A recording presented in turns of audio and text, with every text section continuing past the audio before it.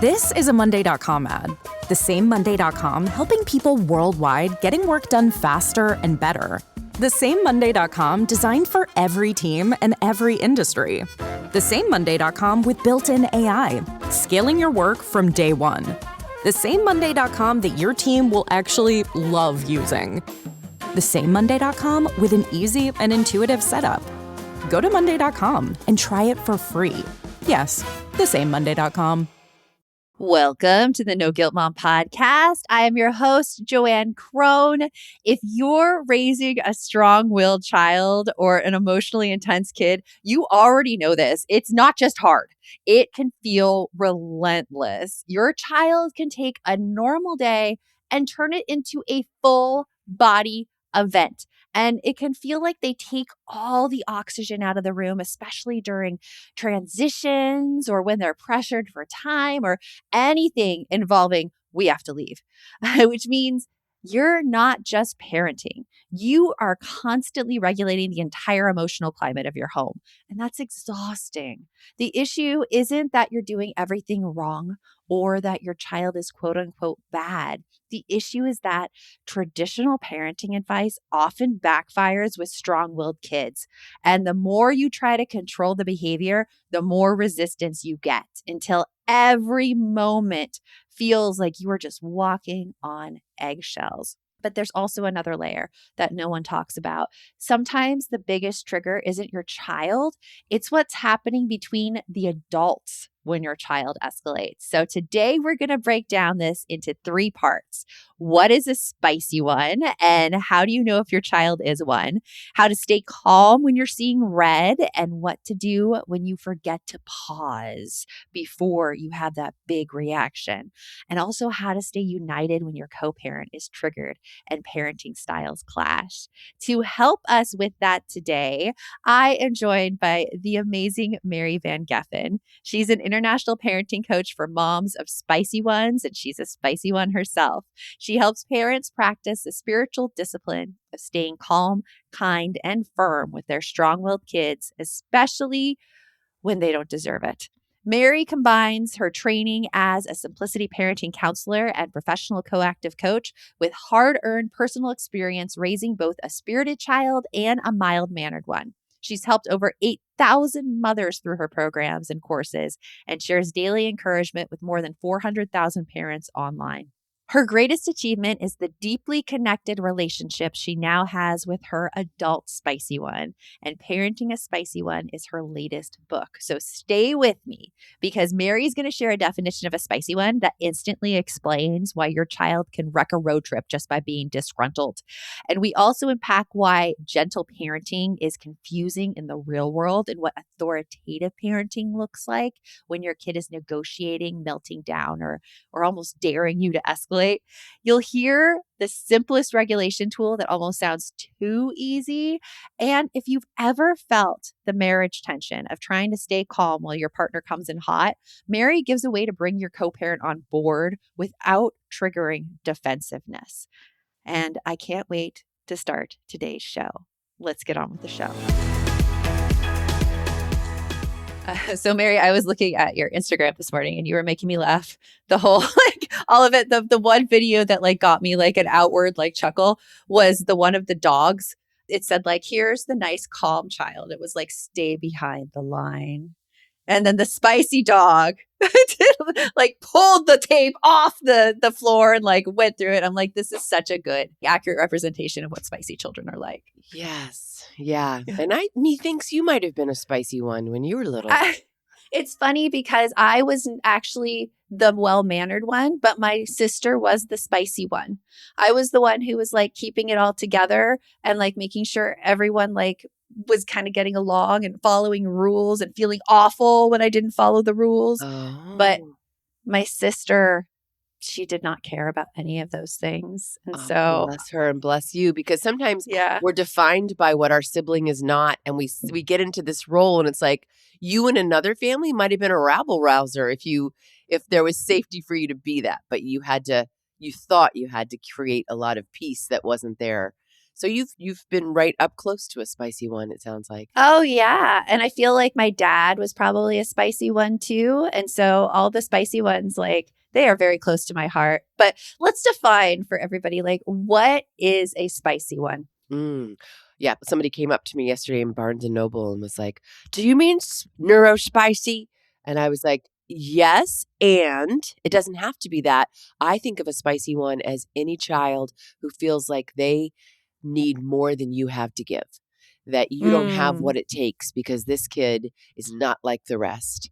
And that can be some kind of diagnosis, but it can also just be they are much more intense in all their temperament traits. They are fierce and they are impatient and inflexible and deeply feeling, and they tend to negotiate with adults.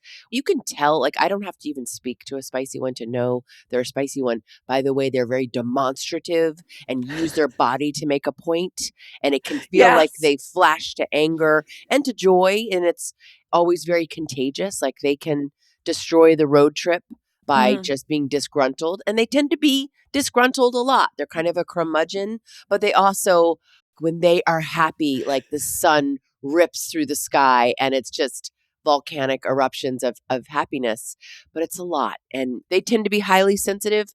And so do their moms, because that's pretty hereditary. And so it can feel like this kid is taking the oxygen out of the room and everything is a conflict and every transition is really hard on a spicy one. So the more things you have to make it to and get done and the less time you have to get it done in, the more they're going to flare up and resist and everything's a battle. I want to take my answer back before. You've just described my personality perfectly. Really? So I think I am a spicy one. Yes. Well, welcome. It's actually a wonderful place to be. I know that whole, like, the whole going from like quick joy to like sorrow, like in just like the blink of an eye, and how like if you're not happy, you'll make sure everybody else isn't happy. And we need to protect our deep feelers because these kiddos grow up to be entrepreneurs like yourself, healers, world changers, activists, CEOs. Like they are going to be such powerful adults, but there's a whole self-discovery journey that the parent has to go through because gentle parenting doesn't work in the way that you want it to. If working means I have an obedient, first-time compliant child, then you're not a good mom. Let's talk about that. Let's talk about that gentle parenting, because I think that in gentle parenting, it's not really well defined across the space. Like somebody can talk about or research. There's no research behind it at all. And so a lot of people mistake gentle parenting when they're actually talking about that they want authoritative parenting instead. What is the difference between those two that you see? Yes. So if there's authoritarian, like fascist, like, do it because I said so and I don't want any lip from you. That's authoritarian, which sounds kind of similar to authoritative. But authoritative is really being clear about your expectations, holding the position of leader, and allowing for consequences after. It's very different than permissive parenting, which is on the other end of the spectrum, which is in some ways neglect or abandonment of like, fine, I can't get him to do it, so I'm just not going to do it. You know, it does take a lot of energy to manage this child and get what you need. So you do need to probably choose your battles, but you can't give up and become permissive. They are brand new to the earth. They can't be the ones in charge.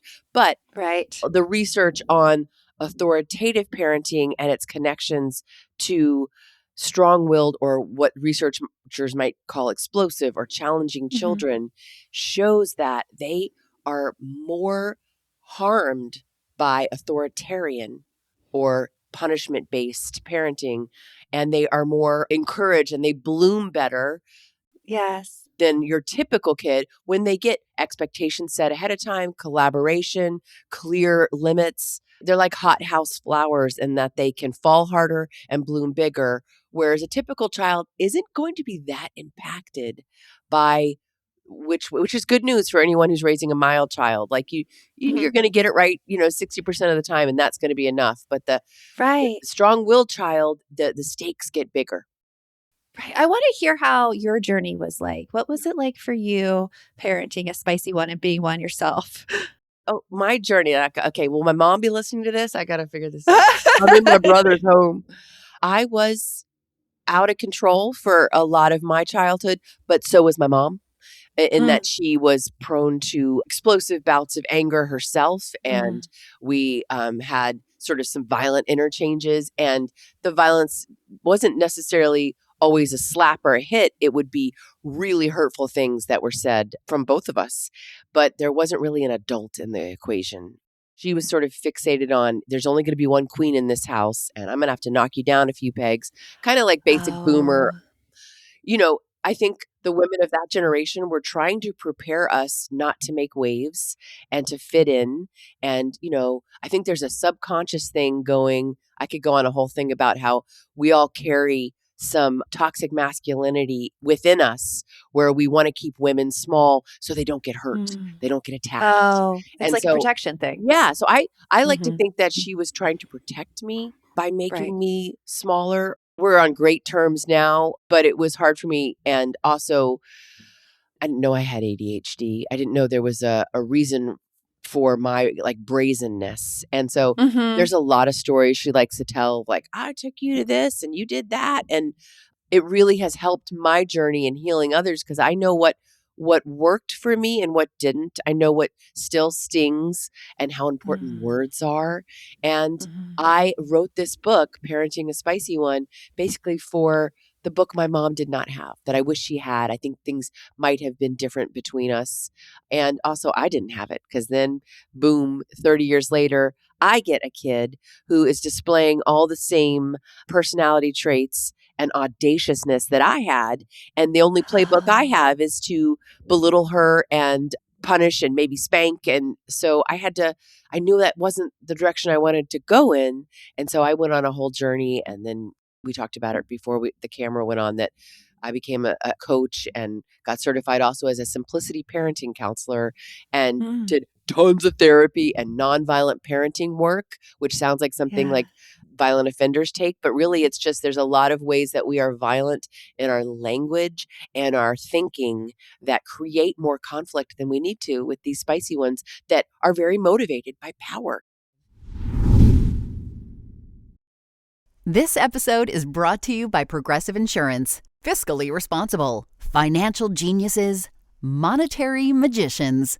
These are things people say about drivers who switch their car insurance to Progressive and save hundreds. Visit Progressive.com to see if you could save. Progressive Casualty Insurance Company and Affiliates. Potential savings will vary. Not available in all states or situations. Looking to transform how you work out? At the Sculpt Society, we have workouts for every stage of life, from pregnancy and postpartum to perimenopause and midlife. We offer life stage fitness programs, expert-led nutrition, and thousands of classes that help you enjoy movement and feel strong at every stage, all from home. Use code MEGAN30 for your first month free on thesculptsociety.com. That's thesculptsociety.com. And start wherever you are. A release is waiting. Hey parents, if you're like me, you might see your kids struggling with reading and ask, what's going on? Maybe you're even starting to wonder about dyslexia. You're not alone, and there is a way forward that doesn't involve yet another night of tears over homework and reading. I want to tell you about the Reading Guru. The Reading Guru offers live, one-on-one online reading tutoring with Orton Gillingham certified teachers. Orton Gillingham Reading Tutoring is backed by research. It's the gold standard for helping kids with dyslexia and other reading gaps. The Reading Guru's tutors are master literacy specialists who tailor every lesson to your child's strengths, challenges, and interests. And they don't move on until your child gets it. And because sessions are online, finding time is easy. As a former elementary school teacher, I know how beneficial it is to have kids feel confident in reading, and the Reading Guru makes it so accessible. Whether your kid has been frustrated with reading for years or you're just beginning to worry, this could be the moment that changes everything. With the right help, your kid can become a great reader. Visit readingguru.com to sign up for a free consultation, because every child deserves to crack the reading code. Yes, yes, yes, to all of it. Like, so what you were saying right there about like the words we use. I just had an interview with this man. His name is Jay Yvonne Young, and he's a master certified coach through ICF. But he was saying how we learn shame at a very young age, probably like around like toddlerhood, because of the language change that parents use with their kids. Cause like when we're a baby, and this was like something, and I'm like, this really makes a lot of sense. Yeah. Especially when I see like how my parents, you know, part of like the older generation are interacting with my nephew, who's currently like 6 years old, and my niece, who's almost 2. When they're babies and they like mess up or they wet their diaper or something, we're like, oh, you know, it's okay, baby. And then when they become toddlers, it's all of a sudden, no, don't do that. Don't do that. And so like the language we use really has an impact on those things. And what you're describing is not just language, but tone. Tone as well. Yes. Yeah, there's this misbelief that to impact someone who's smaller than us, we have to bring an anger or a disappointment, or basically it has to sting them to change their behavior. But meanwhile, there's tons and tons and tons of research that positive parenting works so much better. And even in like on rats, like when rats have an intermittent reward, they're going to be like, oh, yes, yes, yes. So when we can find the thing in our child that they're doing right and name it, and it blooms, like something happens when a parent is like, wow, I saw you having so much self-control when your friend knocked your blocks over. I saw you make a fist, but then you put your hand down. You're really working hard to be a kind friend. And now that's in their head is very different than like, don't you dare. Like there's just this need for that's not well thought out to control another human, and it doesn't bode well. I mean, the spicy ones are the ones who go no contact with their parents. Like the stakes are high. Yeah. I'm not trying to fear monger, but there is this, like, I don't know if you're on your algorithm, but there are so many estranged from their parents, people who are like, I'm done. I'm not dealing with this anymore. Yeah. And it's when I look at those, I mean, just take the recent thing of Brooklyn Beckham, who just called out his mom, Victoria Beckham. And the difference in the generations and how they respond to that. Oh, yeah. Well, I was really shocked with someone from kind of like the millennial generation. It was Jenna Bush. She was saying like how she was team mom. And I'm like, I don't understand it here, because here is a child saying exactly how their needs are violated and what happened. And there is like no sense of remorse. And I mean, it's a very public thing, so who knows what goes on behind the scenes. But like what he's saying is valid. It is valid. And I think you're totally right that it is the spicy ones who are like, enough. Like, I am so done with not being understood and not even like trying to understand me, that I can't put any more effort into this relationship. I can totally see that. Not being understood and not being respected. Like children are worthy of respect. They don't have to achieve some age or some like financial independence to be treated. And I'm in that generation. I'm probably 20 years older than you. And so I'm your boss, just so you know. That's all good. I'm in that generation where like, I'm still learning how some things are not okay. And my spicy one is now 21, and she lets me know when I'm like, oh, your friend she looks so cute in that little dress. I love her shape. And she's like, stop commenting on my friends' bodies. And it's like, oh, okay. I'm just trying to learn. Yeah. But I want to learn. And I believe that this next generation is evolving beyond us and aware and so much more conscious.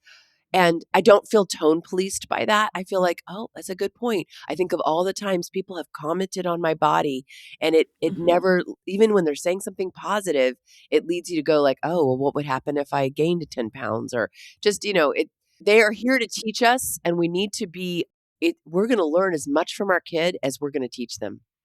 Absolutely. Like that's the way I look at it too. And I would say the same. I have a 17-year-old daughter, and she does the same to me. She has taught me, we do not talk about bodies. We do not talk about any bodies. Even like with food was such a big thing for me growing up, because I was like a little overweight. Like both my mom and my grandma went to Weight Watchers. It was a very diet culture.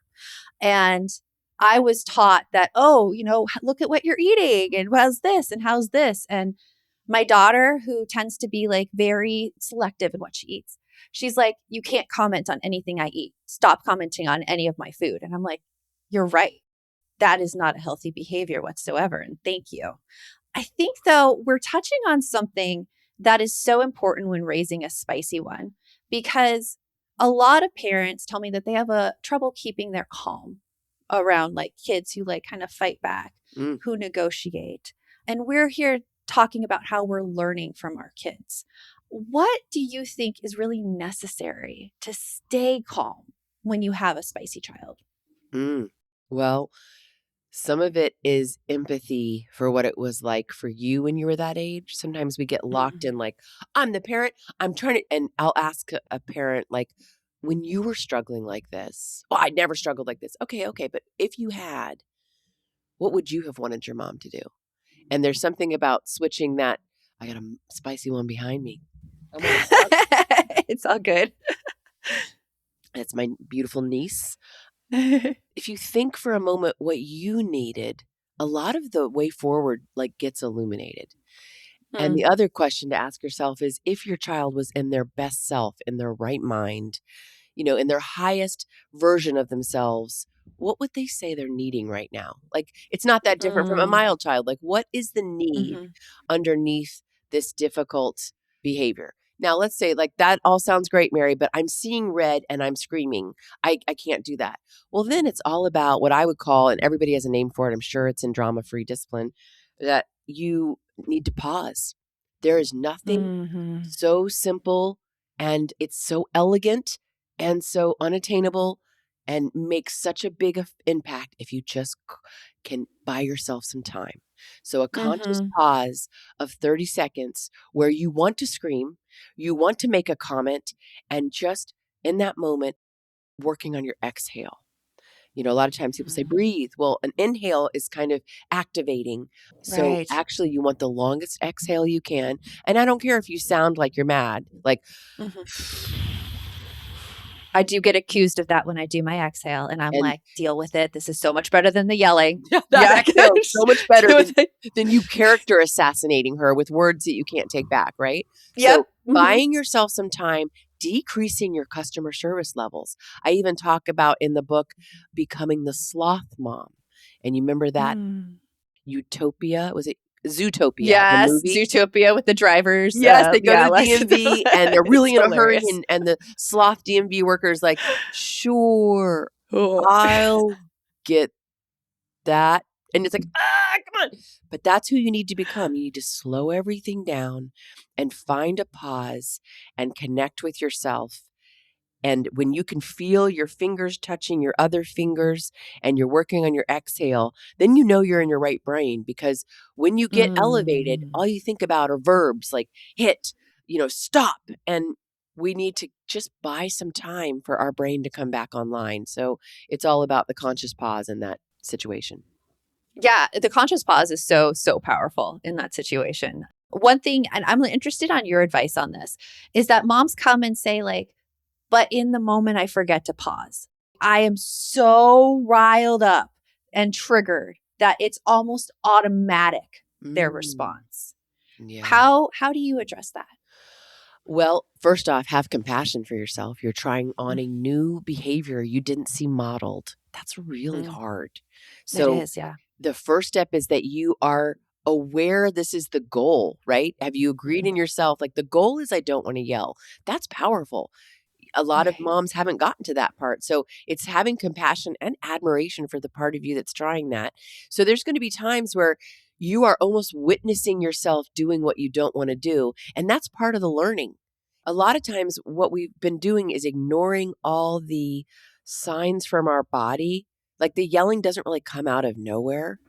You probably had your belly clenched for the last hour. You didn't let yourself go pee. You've been holding it all in. And that kind of grows your inner victim who's like, I do everything for this kid, or your inner monster, which I talk about in the book. And so it's learning to cue into your own somatic signals a little bit earlier. Like I tell clients, like, I want you to set your alarm to go off 3 times a day where you just check in. Oh, wow, I actually have a raging headache. Maybe I deserve to go have an aspirin and I should drink 2 glasses of water. Like, check in with this body of yours like you're the one who's supposed to care for it. Because we forget that I think that's your first priority, is to care for yourself so that you can care well for the other people in your steed. You know what I love about kids? Every single one of them is wired differently. My kids learn in totally different ways. And honestly, that used to stress me out. But then I realized that's not a problem to fix. That's something to celebrate. So if your child is the kind of kid who thrives with a little more flexibility, a little more personalization, or just a different environment altogether, I want to tell you about K-12 powered schools. K-12 powered schools are tuition-free, online, accredited public schools for kindergarten through 12th grade. And before you say, isn't that just homeschooling? No. K-12 powered schools has state certified teachers trained specifically in online education, giving your kids personalized instruction and real-time support. Your child learns at their own pace with curriculum tailored to their goals, needs, and interests, whether they need more challenge, more support, or just more breathing room. With over 25 years of experience helping more than 3 million families, K-12 powered schools could be the perfect fit for your kid too. Enrollment portals are open right now. Visit k12.com/ngm to find a K-12 powered school near you. That's the letter K, the number 12.com/ngm. k12.com/ngm. You know what's interesting about tax season? It's one of the only times most people actually stop and look at their full financial picture. Earnings, spending, savings, all of it. And honestly, it made me realize I wanted that kind of clarity year-round, not just once a year when the IRS makes me do it. Instead of just looking back and cringing, I'm now looking forward and I'm making moves. And for a mom who's trying to plan for kids' activities, save for a family vacation, and not completely ignore retirement, that clarity is everything. That's where Monarch comes in.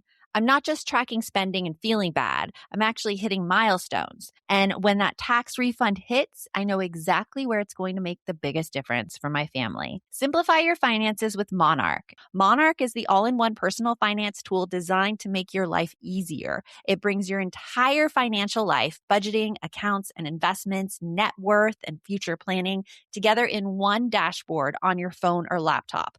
Feel aware and in control of your finances this tax season and get 50% off your Monarch subscription with code NOGUILT. Achieve your financial goals for good with Monarch, the all-in-one tool that makes money management simple. Use code NOGUILT at monarch.com for half off your first year. That's 50% off at monarch.com, code NOGUILT. 1 second, you're finally cleaning out the gutters. The next, the fire alarm blares from inside. Smoke billows out the kitchen window. These are the wake-up calls that happen daily. In 1 second, everything can change. ADT knows that nobody wants to feel unsafe or unprepared for an emergency, especially in their own home. That's why they offer affordable DIY security systems you can set up yourself and monitor from virtually anywhere with the ADT Plus app. They're customizable so you can set up the system that works best for you and keep an eye on it in real time. And ADT security technology is designed for peace of mind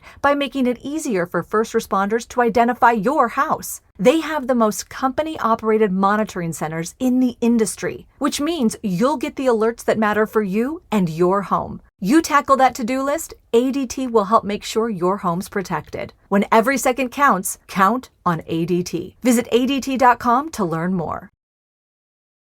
I love that idea of setting an alarm and checking in on your body, because I think so many of us are go, go, go, go, that when we get to that point, we have no choice but to be reactive because like all the tension is built up inside of us. Yes. And we can have like an inner self-mothering and be moving at the same speed. Like some people might be listening like, that's awesome. I don't have time for that. I'm a single mom. I got it. But you can have a different internal environment and still get the same things done. I can wash my face and be like, let's go. Yes, get this. You got to get this done. Or I can be like, hi, beautiful. I want to take a minute. The way we would somebody if we're diapering a baby. Like, look at you. I love you. I'm being gentle. This is a moment to nurture. Or like, I'm going to grab all my things. We can be like, ooh, I'm going to stretch as I pick these things up and extend my arm all the way up because I deserve to have a moment of stretching. I'm not in prison, right? And I think we like confine ourselves and police ourselves in a way that's we're not even conscious we're doing. So just softening and melting everything as you still move about in the world. I'm not asking you to go sit in the lotus position. Yeah, I love that talking to yourself in the mirror, like, hi, beautiful. Could use like our deep, like sick voices right now. Hi, beautiful. Hey, baby. Hey, beautiful. Yeah, I love it. I want to shift gears a little bit to dealing with our partners. And I use this also because I see you say that in the book. It sounds a little like gendered, but it's usually the men in our lives who we have a very hard time with when we decide that we want to take on this parenting where we're calm, where we're authoritative. We have then our husbands emotionally reacting and reacting with anger. How does having a strong-willed kid often create this parenting style conflict in a marriage? I don't know if it's having a strong-willed, well, there's so much chaos. So there's that. There's so much stimulus to our bodies that comes screaming, where other families may have more moments of quiet and recharging that we don't have. So yes, if you have a strong-willed kid, you're more depleted and your parenting assignment is tougher than somebody who has like a go with the flow kid. But that said, I just want to say it is really hard to be the only one in a relationship who is doing the work to learn and grow and create something you didn't see as a child. I'm just like clenching my fingers if you could see me. It's frustrating to have a partner who is exploding in a way that's like undoing what it feels like we're doing. So a couple things I would say to that. One is it is okay for your child to have a very different relationship with two very different parents.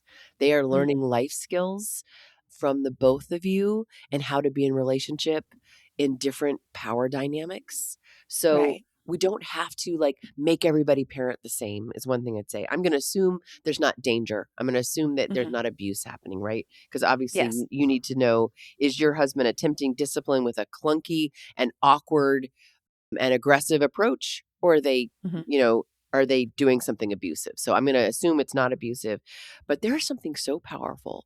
And this is a quote from my book. When one single lone ranger of a mom can change the entire trajectory of a family, you switching up your approach is like a cog in the whole wheel of what used to happen. And so it's a little bit jarring for your partner. Like, oh, I thought we do power over and we yell when this happens, and you not yelling.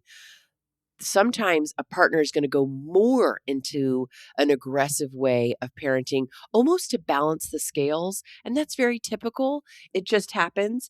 And so we're going to do things like establishing a positive learning environment because you're learning and so is your partner. And I want you to give your partner as much grace as you give your child. But I also want you to make an agreement with them of like, hey, do you want to read and listen to podcasts alongside me, or do you want me to take the lead on that?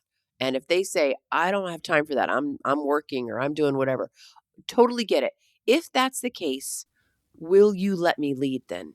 So it's, I think, making this concrete what our roles are, like, will you trust me then? Since I am doing the work to find out what the parenting experts say and what child development would point us to.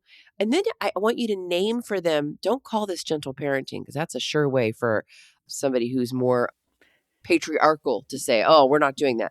Say that you are, as we said before, you're doing authoritative parenting. And you can say to your partner, here's the skill I'm working on. Would you help me with that? They love that. Okay, guys. Like, they love that. They love to be helpful. Love it. Well, they also love to be in the authority over you, kind of like, oh, okay, yeah. Oh, you need me to fix it. Yeah. So by saying like, here's what I'm going to be doing the next time I feel kind of triggered, and maybe you describe what that feels like in your body, because a lot of times you're with a partner who has no emotional. It's like an emotional intelligence, a lower emotional intelligence. They were yelled at. They didn't have a lot of space to be soft and sad. And so it's all they know. And so it's just a heavy burden on your shoulders. But letting them know, here's the specific skill I'm working on. And I'm noticing when heat starts to happen in my chest, or if I notice that my hands are clenched, I am going to slow things down and I'm not going to react. So you're going to think you might think I'm not responding to it. I just want to let you know I am. And will you hold me accountable, dear husband? And celebrate with me if you see me not flying off. And so you're making it all about you and the thing you're working on. And just trust that they're coming along for the journey. And something about the way you are showing up composed and kind and warm while still firm is healing something in them. I remember my husband tearing up watching me and my son wrestle one day. Like, I have a mild child son, and we were just like, he loved to jump on the bed and I would try to kick him off. And it was the thing we would do. Okay, don't judge me. And he got teary in the doorway and he said, I realized I never had this with my mother. Like, Oh, yes. sometimes when you see somebody getting something you didn't have, there is a part of you that feels jealous. You probably can't articulate that, right?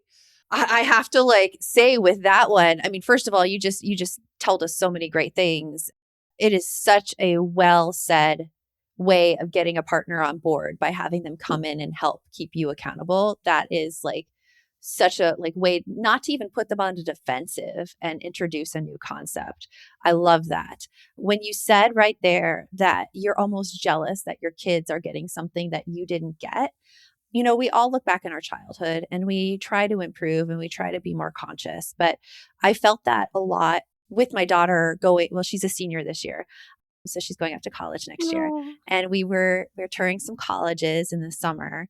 And it was really hard for me to go off to school because my mom was not happy I was leaving, thinking that I was abandoning her, basically. Oh, wow. And so that is one thing that I am really trying to be cognizant of as my daughter goes to school, making sure it's not about me, but it's excitement about her. We need to do a whole her experience thing on that. Okay. Oh, yeah. Yeah. But in this whole me trying to do this for her, I did feel that almost grief and jealousy that I didn't get that myself as a child. And I mean, those feelings are so real and they're very hard to work through. I've worked through it through some therapy. Yeah. And so, but you're totally right. You're totally right. I mean, I'm not a therapist, but you were obviously parentified a little bit. You had to be the one for your mom who kept things okay.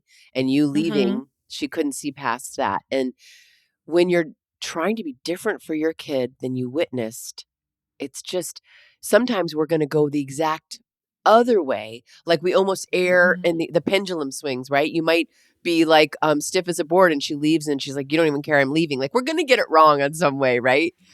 Right. I will just say it's going to come out and punch you in the face when you least expect it. I remember 6 months before my daughter left for college, she was like, could I get this gym membership? And I was like, well, let me see here. It expires. Suddenly it hit me. We're looking at things that will expire after she's left this house. Like this membership is longer than the time I have left with her. The tears just came. And so it's okay to cry in front of your child and to have emotions. I think the thing that we're going to avoid is that they have to caretake for us or that they're responsible for the emotions. Yes. And I've had so many emotions in front of her, by the way. And I'm like, you know what? I'm so happy for you. And I am so sad to lose you. And I'm going to come visit. And all of these things. But not being the caretaker for our emotions is really the goal. And in that situation where you are feeling such extreme sadness because I don't know, when you have a buddy and they're leaving and then you've got to turn and look at your partner and be like, I don't know if you're enough for me. Everything gets shaken up. I just want to say that. But in that instance, really naming the things you're looking forward to for both yourself and your child will help give them some sea legs. That have nothing to do with them. Oh, I think I'm going to take a dance class when you go, or I think I'm going to go visit so-and-so. It helps them feel like you're going to be okay. So that's my little tip. I think that's great. I've started that process already. I've started improv comedy. so like I'm now in improv comedy classes. I talk about it like every podcast episode. So people listening, just stay with me. Yeah. I'll take you through the journey. But we're simpler than that. I'm in the groundling school in LA. You are? Yes. Oh my gosh. I'm so like, oh, I love that. Okay, how long have you been in the groundling school? It's been about 3 years, but it's because of the book, writing the book. It's been at least a year since I've been in a class. I need to get back to it. I'm excited about that. But I want to get back to when your partner is not on the same page. One other thing to do is to create a shared values list. Like it's so powerful when you know what matters to you. And sometimes finding that can be like the beacon. Like we both want this child to learn independence. We both want this child to be kind. Like naming those things together so that you can go back to it. But we might have different ways of getting there, and that's okay too. Yes. Yes. I think that is a great strategy to do, because a lot of the times you'll find that you're aligned on your values. It's just like figuring out how to negotiate and compromise on how you're going to get to the values. And having that big values talk is a great uniter between couples too. Yes, unless you have different ones like me and my husband. I keep throwing him under the bus in this podcast. But we're figuring that out in this empty nesting period. The last thing is if they're like, but I don't agree with the way you're too soft or whatever, ask them to go Google attachment theory, influence of parenting styles, relationship dynamics, and resistant temperament. Those 4 things, if they spend an hour just reading through the available research on that, they'll be like, okay, I see it. Yeah. Or just like just start spouting that out that you've looked at that stuff and they need to let you take the lead if they're not going to research it. Exactly. Let you take the lead. I think that is such like the little cherry on top, because when we know we're in control, I feel like I am more likely to take on that. Like, it's not really a burden, but it is the work of the research and feeling respected for my research. Yeah. Completely. And last thing, and then we can move on, is have a conversation about what do we do to support each other when one or both of us is triggered and in the red zone. Having a little signal or having permission to tap somebody on the shoulder and take over can really save the family from some really negative interactions.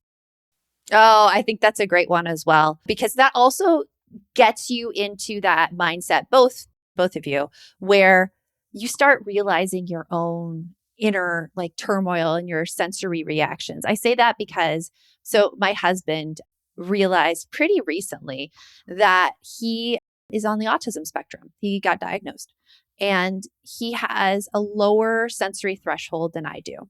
So if he had a busy day, he would come home and it would appear to everybody else that he was really gruff and short and mean. But that's not really what was happening at all. He was just at his absolute max that he could take for the day. And once he started becoming aware of that, he was able to then advocate for himself to be like, hey, I really need some quiet time. Or, hey, I'm going to put in these headphones. I want to be around you all. I'm just a little too stimulated at this time. Not me learning from your husband. Yeah, he's learning all about it now and is fascinated. And we see some of the traits that he has in our kids too. So we're trying to like influence them to advocate for themselves as well. It is so interesting when you do start having those conversations. You're able to look inside yourself. Yeah, I'm also a lately diagnosed autistic.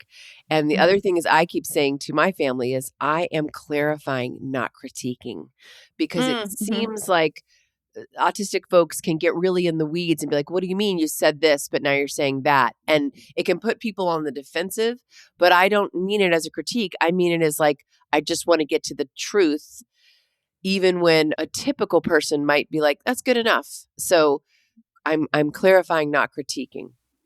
I love that. Love that as well. Well, Mary, this has been such an amazing discussion. Like, I could talk with you for hours, and I've learned so much from you in the way to talk with your partner about the parenting styles towards the spicy child, how to regulate your own behavior, and also how to like kind of see if you're a spicy one yourself, which I mean, I found out during this interview that I am. So, there's a quiz, by the way. If you go to my Instagram page, maryvangeffen.com, and just type in TEMP, short for temperament, you'll get the quiz to figure out if you or your kid is a spicy one. Ooh, so go and take that quiz. And then where can they find your book, Mary? At all booksellers. It's out there in the world, Parenting a Spicy One. So go wherever you like to buy books. And the audiobook is me in my sexiest mom voice. So that's an option as well. Awesome. Well, thank you so much for coming. And for everyone out there, remember, the best mom is a happy mom. Take care of you. And I'll talk with you later. If you'd like to support the show further, you can share episodes with your loved ones, leave a positive review, or follow us on social media at No Guilt Mom. You could also show your love by visiting our amazing podcast sponsors. We have a link in the show notes. You know that thing where you get an amazing pair of shoes at a really great price and want to tell everyone about it? Yeah, so do we. Here at Designer Shoe Warehouse, we'll give you something to brag about, like the latest styles from brands you love, or the trends everyone's obsessing over, or shoes that make you feel like, well, you. So go ahead, show off a little. Find shoes that get you at prices that get your budget. Head to your DSW store or DSW.com today. DSW, let us surprise you.